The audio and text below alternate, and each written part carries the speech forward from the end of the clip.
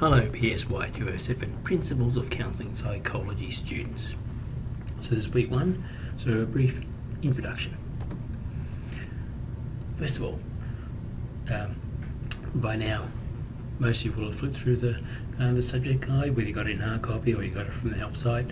Perhaps started doing some of the reading, maybe watch the video recorded about my philosophy, my thoughts, my approach to teaching. So while you're settling in, I thought I'd give you a bit of an overview. First of all, in case you have any interest in knowing a little bit more about me, what's it like that? You can have a look at my website, and so there's sorts of research areas that I have an interest in, and so on. You will have been to the help site, of course, because that's where you found this.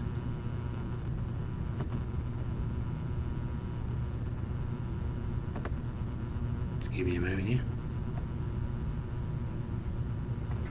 Hopefully your screen is a bit bigger than my laptop and you don't have to scroll. It's a bit ugly. Well, maybe I'll do something about that at some stage. Anyway, so I started here at AIPC in February, and I've taken over this subject plus 3 others. I might have taught in this area before, but not this specific subject. I don't like teaching someone else's subject in their way, so I'll be putting my stamp on this as the semester rolls on. I didn't really have enough time to markify this subject before the semester started. Done a little bit of tinkering, but not much else. So for that reason, I will be doing the content on a week-to-week basis, and so that's why this is how you see it. That's why so far you can only see 1 week worth of stuff, so the other weeks will appear, but they're not there yet because they're not ready yet. So I like to keep my help sites fairly simple, fairly clean, and so the text to a minimum with links to the various other things. So at the top there's this sort of basic housekeeping mechanics kind of block, then an assessment block, and don't worry, there'll be a lot more to come about the assessment, so there's just a start. And then this week's stuff, so for each of the blocks there will be, as we get to them, this links and other stuff, so you click on that and there'll be a range of things that I will put in there. So links to say this is 3 links to online activities for you to have a go at. Each block will contain, if there is an additional reading or an additional required reading, then the block will have that. This self-test quiz, and so they are things that are there for your use. They are the same as in the subject guide. I won't be looking at your answers. It doesn't score them in any way. It's just an option to do it online rather than in your subject guide, I guess. And then this folder here where you will find the recordings and where you got this recording from, and then each week we'll have a forum as well where I hope to see all of you across the semester in each of the forums discussing this stuff. If you watch that philosophies video, you'll have heard me talking about the importance of your engagement with the material in order to do well, and so there's one opportunity for you to engage by discussing. The more you ask questions, the more you answer each other's questions, the more you pose discussion and so on, the better you will understand the material, and the better your final mark will be. I guess about the help side, I don't think so. Oh, there's a link here about how to make contact with me. The best way, and my preferred way, if you have questions or anything like that, is to post them on the discussion forums, because I guarantee if you have a question you won't be the only one who has that question, And so if I answer it for you, then I'm answering it for everybody. There's also, in cases of any use to you, there's useful general links where there's not much there currently. Well, in fact, there's nothing there currently, but I will gradually post stuff there as I come across it, where it doesn't neatly fit any of the particular topics. On the assessment block, study resources, so there's a range of things there that may or may not be useful to you. Study tips and writing tips and how to.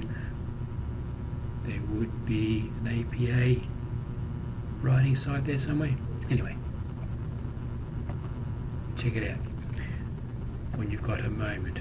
So each block will look similar to this for each of the topics. So briefly about the assessment.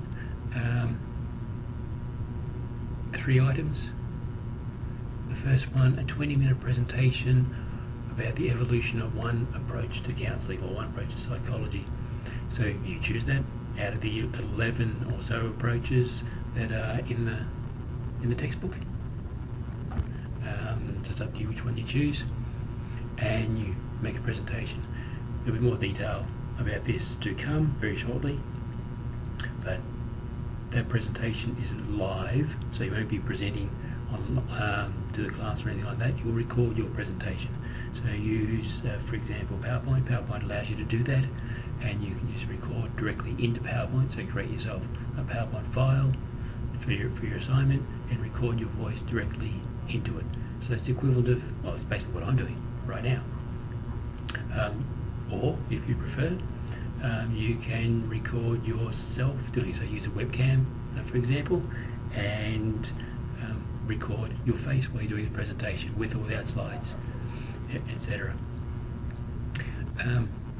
What does evolution of approach mean? So what the subject guide says is that's about where the approach has come from, how it has been used, where it's going, etc. So the progress. Assignment 2, apply 2 approaches to the case study and study guide.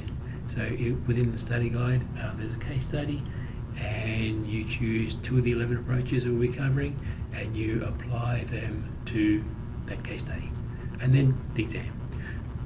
As you would know, which is standard for this place, you need to do all 3 items. You need to at least attempt all 3 items in order to pass.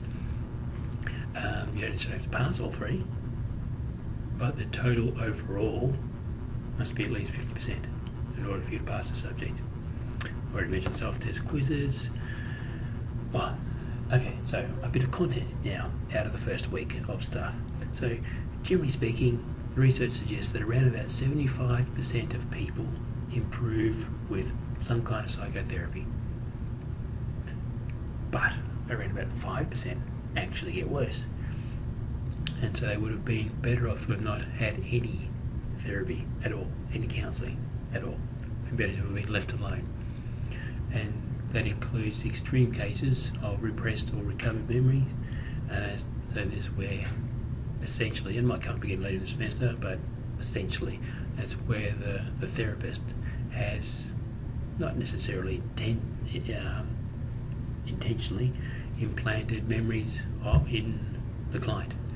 So for example, during the therapist has decided that someone presents with signs of trauma and so on. Someone's decided that they may have been abused as a child, so they might do some regression therapy, might do some hypnosis kind of stuff, or some deep relaxation stuff, or whatever. And just through their questioning and how they lead the client develops a belief that they were abused as a child. And people have been jailed for this, where the client has recalled the memory of being repeatedly abused by her father, I think in a particular case, of her father over a number of years, and went to trial. He was jailed for a number of years, and then something came up, I don't remember what it was now, but something arose that demonstrated his innocence, and so not only had that family basically been wrecked, but the woman was left with the memory, even though she knew it wasn't true. It was as though it was. So she still had the trauma of that memory of being abused, even though it was a false memory.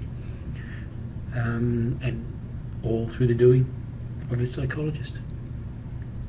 And there are a number of cases of this kind of thing where people are made worse. There's also this thing called spontaneous remission, where people left alone just get better on their own. It's a bit like the old thing about how do you treat the common cold, where if you do nothing about it, you just let it run its course. It takes about a week to get over the common cold. However, if you take something for it, like echinacea or some other hocus pocus, then you can be over your cold in 7 days. I.e., doesn't seem to make much difference. When talking about counselling, it's very much a science versus the art. So that science not so much as a scientific enterprise, but science from the point of view of the concrete theories, the concepts. There is some science to counselling, but it's not like medicine, where there's either you take a culture, a sample, and the bacteria either grows or it doesn't. You test for a virus, it's either there or it's not. A bone is either broken or it's not. You do X-rays, CAT scans, all sorts of things, and things are either there or not. It's nowhere near that for counselling and psychology and psychotherapy. So there's a lot of art to it. That all the science versus art thing is also about how even if you know all the theories and you understand all the concepts and so on, that in itself will not make you a better counsellor or even a good counsellor. I'll talk about the relationship between the client and the counsellor shortly. You would also hurt the placebo effect.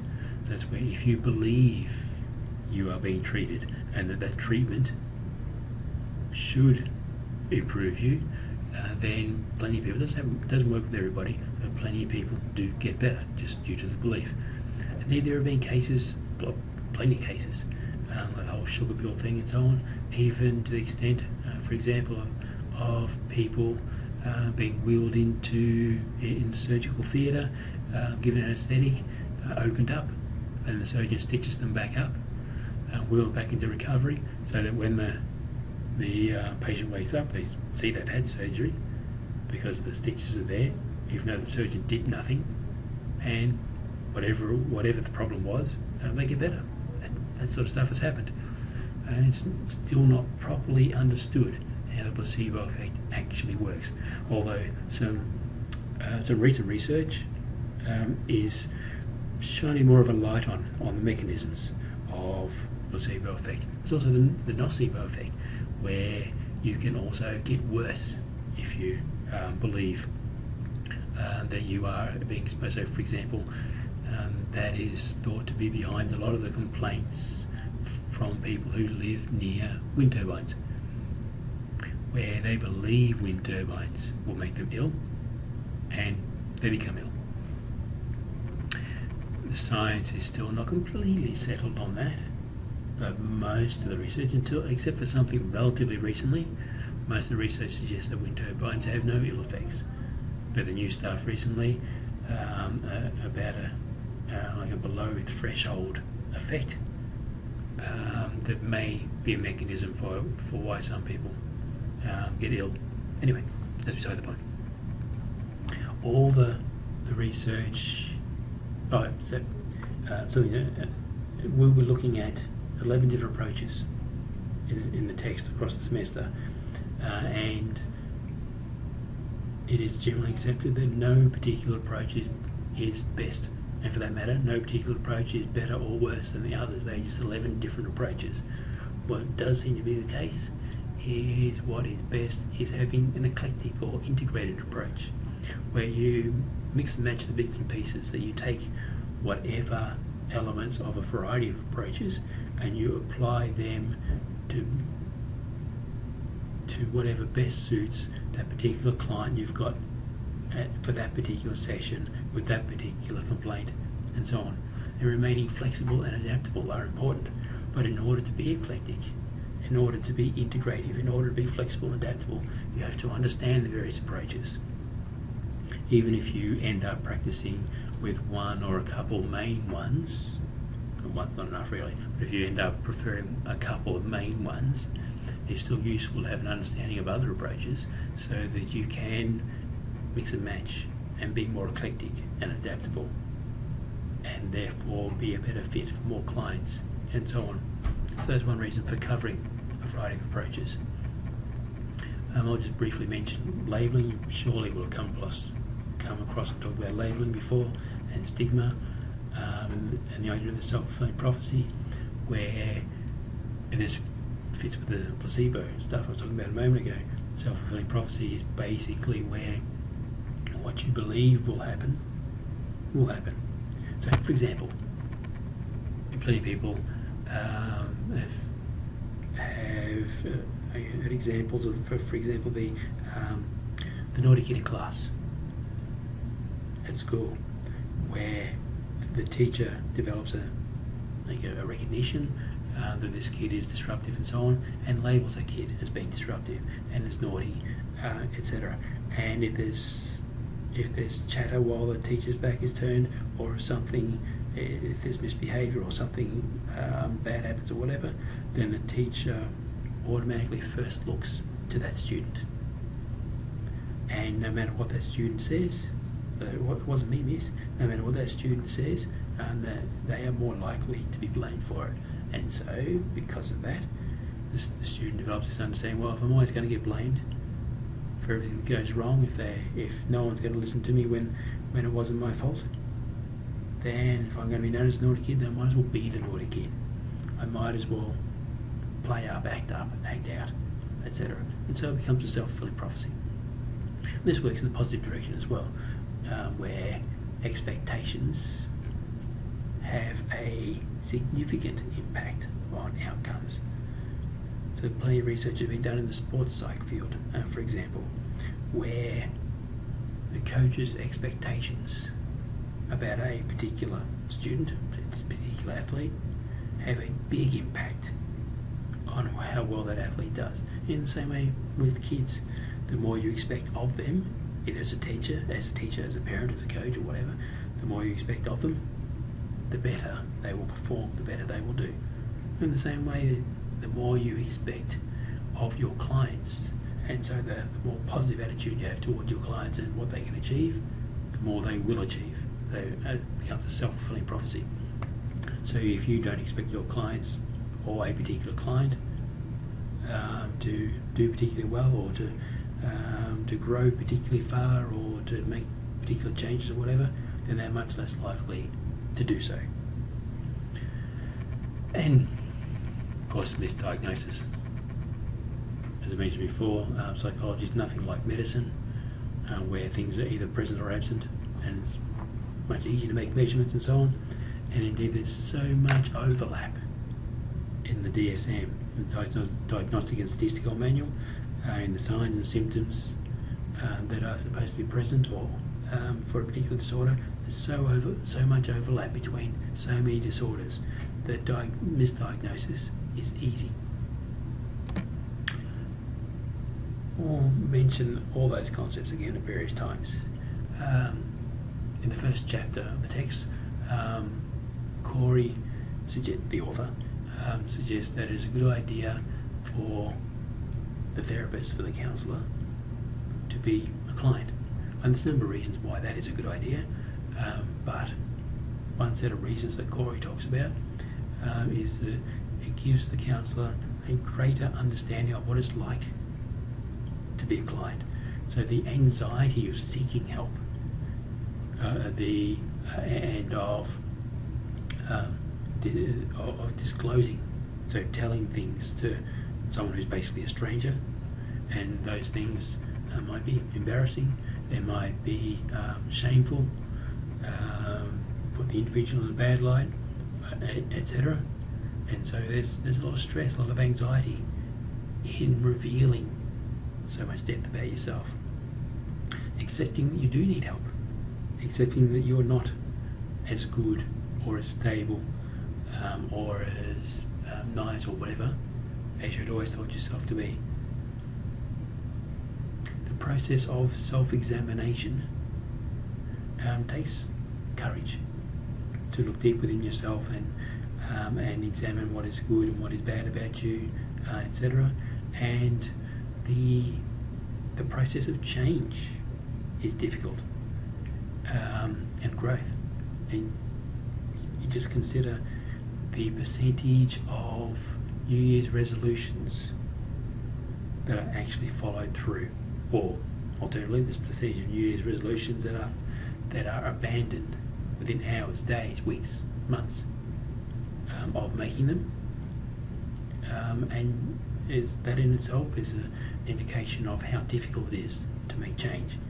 And so if you give thought to that when you have a client, and how difficult it must have been for them to seek help, how difficult it must be for them to recognise that they have problems, to tell you their deepest, darkest secrets, to set out on a road of change, etc. So if you give thought to that, then that should make you more patient, tolerant, accepting, and so on as a counsellor. And it's one thing to think about all that in theory, and it's another altogether to actually experience it. And so that's why Corey recommends that if you want to be a counsellor, you actually have a go at being counselled, but not just as a class type exercise, but the real stuff. And indeed, to be a psychiatrist, you're supposed to be in therapy, in analysis yourself. And from their point of view, that's more about your own, dealing with your own issues and so on, rather than experiencing the idea of being a client.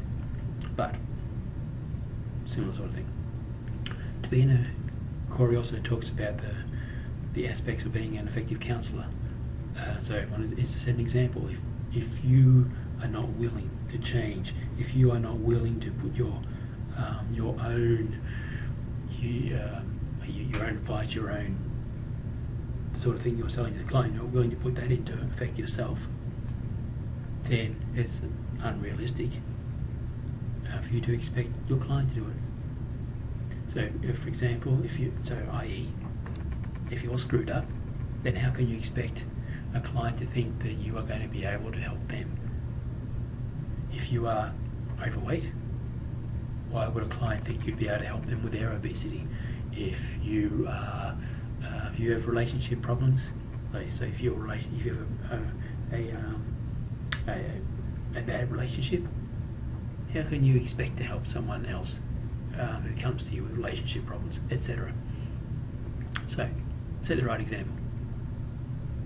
Recognise your own values, your own biases, the cultural norms, your privilege, so your place in society and so on, and the effect that those things will have on you as a counsellor and on how you treat clients who come from different worlds to you. So clients from different cultures, clients from different levels, in inverted commas, in society, etc. Doesn't mean that you should hide them from the client. By recognising them, dealing with them, etc., and being cognizant of them, helps you to be authentic. So in order to be an effective counsellor, according to Corey, in order to be an effective counsellor, you need to be authentic. So you need to be true to yourself, you need to understand yourself, accepting of yourself, etc., and actually be who you think you are, before you can expect the same in a client. Manage conflict, because there will be conflict in a counselling situation. Be willing to grow yourself, be willing to take risk, be willing to care, to be involved. Being involved isn't the same as being controlling, and it's not about being too involved, over-involved with the clients, but demonstrating that you do care. And at some stage we'll talk about the difference between empathy and sympathy. And to be an effective counsellor means helping your client to find congruence. So helping your client to accept who they are, to be who they want to be, etc. Be true to themselves, and so on. All the research indicates that the most important thing about being an effective counsellor is the relationship. So it doesn't matter what the approach is. So we're going to look at 11. There are a lot more than 11 approaches to counselling, but we're going to look at 11 across the semester. The research indicates it doesn't really matter which of those you use. What's more important is your relationship with the client. So the rapport that you develop, and the acceptance that you have for them, and all that sort of stuff. In the second chapter, Corey talks about difficulties new counsellors have, so traps for young players. So it's important to recognise your limitations. Plenty of new counsellors, actually not just new counsellors, but plenty of counsellors, plenty of therapists believe they can go out and heal the world and so on, and are going to be somewhat perfectionist, etc. And because of their inflated self-confidence, there is a risk that they will keep working with a client beyond when they should. So they'll get out of their own boundaries, beyond their own abilities, etc., in the belief that I should be able to handle this, I don't need to refer, and so on. Whereas a good counsellor will know when they are getting out of their boundaries, they're passing by their limitations, and will refer as necessary. Dealing with your own anxieties. So you potentially have someone's life in your hands, depending on what you do and what you say, and how you interact with the client may determine whether or not that client commits suicide, for example. So you potentially have your life in their hands, and so they can cause you quite a bit of anxiety as a counsellor. So dealing with that, knowing how much to tell the client. So in order to develop a rapport with the client, some degree of self-disclosure will be necessary, and so in order to get them communicating and revealing stuff about themselves and so on, you'll have to give some of yourself as well. And a new counsellor may divulge too much too soon, and so dealing with, or being able to recognise how much to divulge and when, in order to develop a rapport and so on, is important. Silence is a useful tool in ordinary conversation, just day-to-day conversation. Most people don't like silence. If there is a silence, often someone will fill it to relieve the awkwardness. Whereas in a counselling situation, silence can be useful. For example, it can provide time for the client to think about something they or you have just said, to mull something over. So recognising when silence is good and when silence is awkward, when silence is useful, etc., and not just leaping in to fill it, is a mark of an effective counsellor.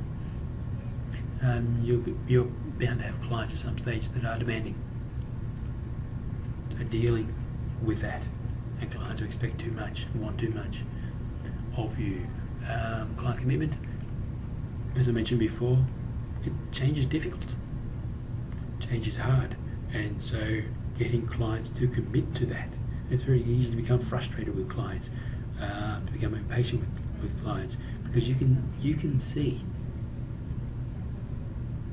how little effort, so how small a step they've got to take, and seemingly how little effort it would take for them to sort of start off on their journey towards wellness, healing, whatever you want to call it, and yet they won't take that step. They won't move, they won't budge, etc. And so an inexperienced counsellor can easily lose patience grow intolerant, and so on. And even if they think they're not expressing it, it could easily come through in your dealings with the client. Ambiguity, there will be ambiguity, and so that's why I keep talking about congruence. So congruence is the opposite of ambiguity. So for example, when a client says what they're saying, what they're thinking are different things, what they're feeling and what they're saying are different things, what they're saying, what they're doing are different things, etc. So dealing with the ambiguity, not developing an attachment to clients, even though you do have to develop a rapport, even though you do have to become involved, even though you do have to feel for them and with them, etc. It's important to know when it's enough, when it's approaching too much, and not get too attached to them, and potentially losing yourself. Sharing responsibility with the client. So, and this fits with the giving advice one as well. It's not the counsellor's role to give advice. You're supposed to essentially draw the advice, the direction, the ideas and so on out of the client. So you're not supposed to share the responsibility. The client is supposed to be responsible for all of their own healing, all of their own change and so on. Your task is to facilitate it, to help it along and so on. But the responsibility has to rest with the client. Developing your own style, being flexible and adaptable, already talked about that, and self-care.